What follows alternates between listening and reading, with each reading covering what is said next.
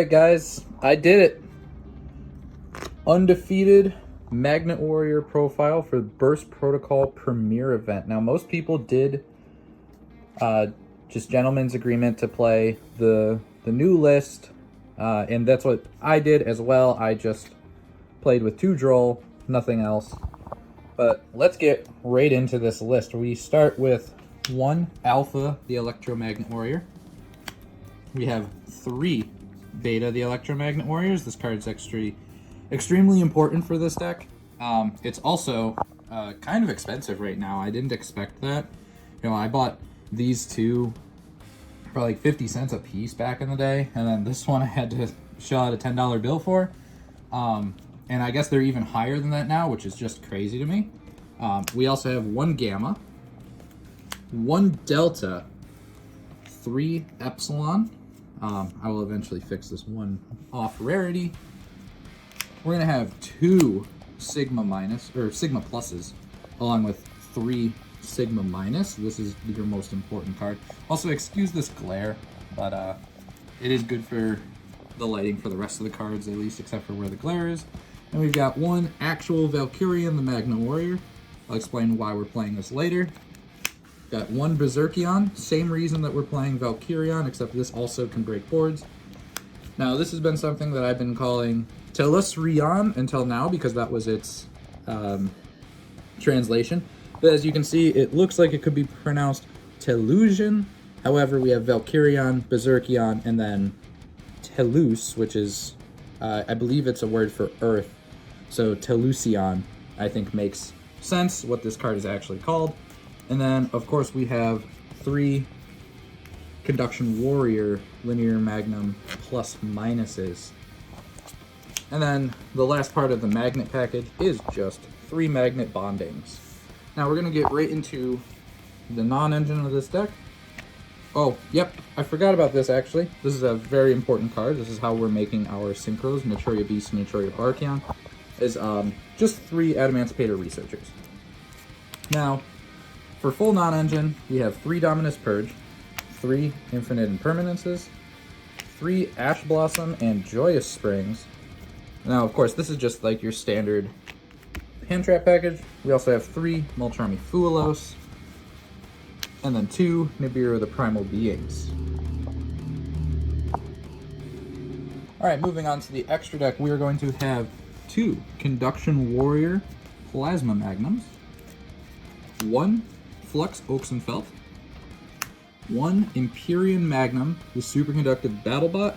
This is why we're playing Valkyrion and Berserkion, because it can only be fusion summoned by using those 2 monsters and no other ways. We're going to have 1 Naturia Beast, 1 Naturia Barkion, 1 Adamantipator Risen Raptite, 1 Gorgonic Guardian. This card actually came up the least for me, but it was a pretty good endboard piece against Rokket, so that felt good. We have 1 Gogogo Goliath. I'm actually going to show you how to use that later on in this video. 1 Gallant Granite, which everybody should know how to use, but usually it's for searching out Adamantipator Researcher or any other, really any monster in the deck that you need. We have 1 Kurzebs, the Gold Glutton, 1 IP, 1 SP, 1 Gorgon of Jesus, I always forget how to pronounce this, Ziliphonia, and then 1 Underworld Goddess of the Closed World. I actually do have a QCR, Alt-Art IP, and a Starlight SP. They're just somewhere. I haven't put them here, but they will be getting upgrades shortly. And now onto the side deck, which I'm sure most of you are looking for. If you saw my last video, that deck is virtually the exact same deck. However, the cards are all real now and not just proxies. But we'll just go right into the sideboard. We have 1 Rivalry of Warlords. I know I hate Floodgates too, but if you can play it, why not? 1 Nibiru the Primal Being, just to flush out your 3rd copy if you're going 2nd. We're going to have 3 Mulcharmy Perulias. This is now the Mulcharmy to play since the recent update, which means I'll probably be cutting the Owls shortly, but I was playing 2 of them at this event. We have 2 Droll Lock Birds, Of course, we will only be able to play 2 going forward. Technically, at this event, 3 were legal, but I was only playing the 2 just in preparation and for playtesting, as were most other people at the event. And we've got 3 Ghost Bell and Haunted Mansion. I think this is a very good hand trap coming up this format. And then the star pupil of my sideboard is 3 Kashtira Fenrirs. Now, this was something that I didn't think was going to be like very good, but this card is absolutely bonkers, and it sets up your plays to fusion summon your Flux Oxenfelt because it is a level 5 or higher Earth monster that searches you a level 5 or higher Earth monster, so you can use it as link material and still have the fusion material in your hand. This card is absolutely bonkers in this deck. Now, because I said I'm going to teach you how to use Gogogo Goliath, this is an actual hand that I opened at the event that I did win the match with. Now, I'm just going to show you how Gogogo Goliath is used to play around Droll rather than through Droll.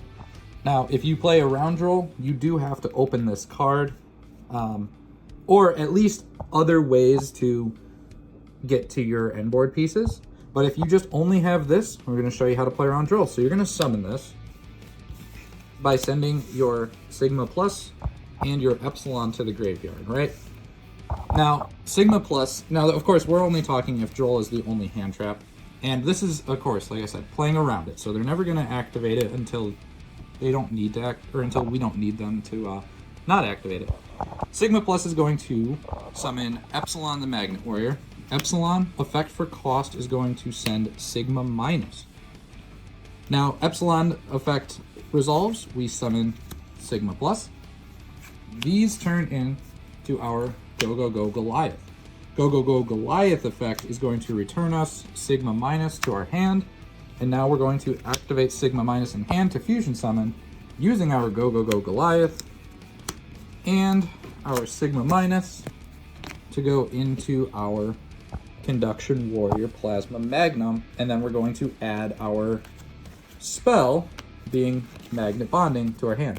Now, this is probably where they're going to Droll you, but it no longer matters because you can chain the Magnet Bonding to go get your additional normal summon, which will probably be Beta, I guess. If they don't Droll you, you would find Beta, or you would find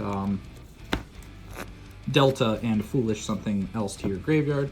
Get your additional, send your Telession to the graveyard, and then normal summon your Beta, Foolish something else that you want in your graveyard. And then, of course, you have your Telession, and going from there, and this is without your actual normal summon. So you can normal summon one of these other cards that you don't need, say this was Ash Blossom or something, and then link into your IP, and then you at least have your Floodgate, IP Masquerena, and Tellution. Now, the combo is virtually the exact same for this hand, except this is playing through Droll. So you start main phase activating Magnet Bonding. You're going to add this to your hand. You're going to get Drolled. You are going to do the exact same playline that I mentioned before, and then summoning the Epsilon, Foolishing the Sigma, summoning the other Sigma, turning these into your Goliath, and then using Goliath to return the Sigma Minus. But because we are under Droll here, we don't really need to summon Conduction Warrior, as it's going to find us Plasma Magnum. So this is where we're actually just going to use the Flux Oxenfelt. So we're gonna go like this, summon here, and then Flux Oxenfelt will be right there, and then of course we can link into IP Masquerade on a normal summon there.